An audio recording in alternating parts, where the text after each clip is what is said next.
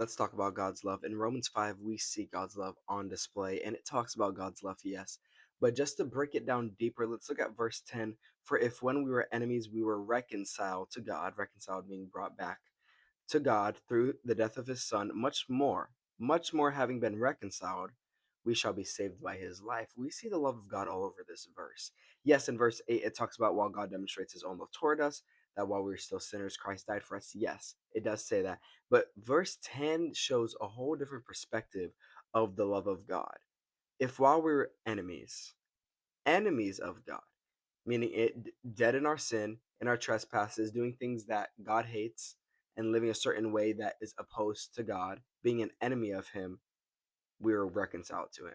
So, in our lowest form, in the worst part of ourselves, we are reconciled back to God, which shows a love deeper than what I can see, than what the sin in our lives had on us. God never looked at the sin.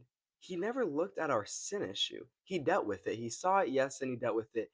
But he looked past that and looked at us. He saw a life with us. He saw a life where we are saved, and not only saved, but then like the end of this verse says, having eternal life with him.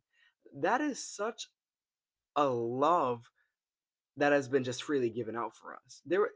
This verse, this verse, there is nothing that we could have done. This verse debunks the whole, having the whole lie that we have to work our way to God. It's such a lie. This verse debunks all of it and just shows the true form and the true love God had for us.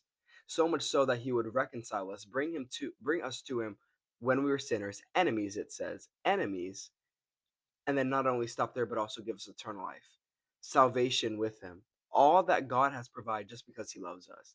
It's insane to think about the type of love that God freely has and gives us.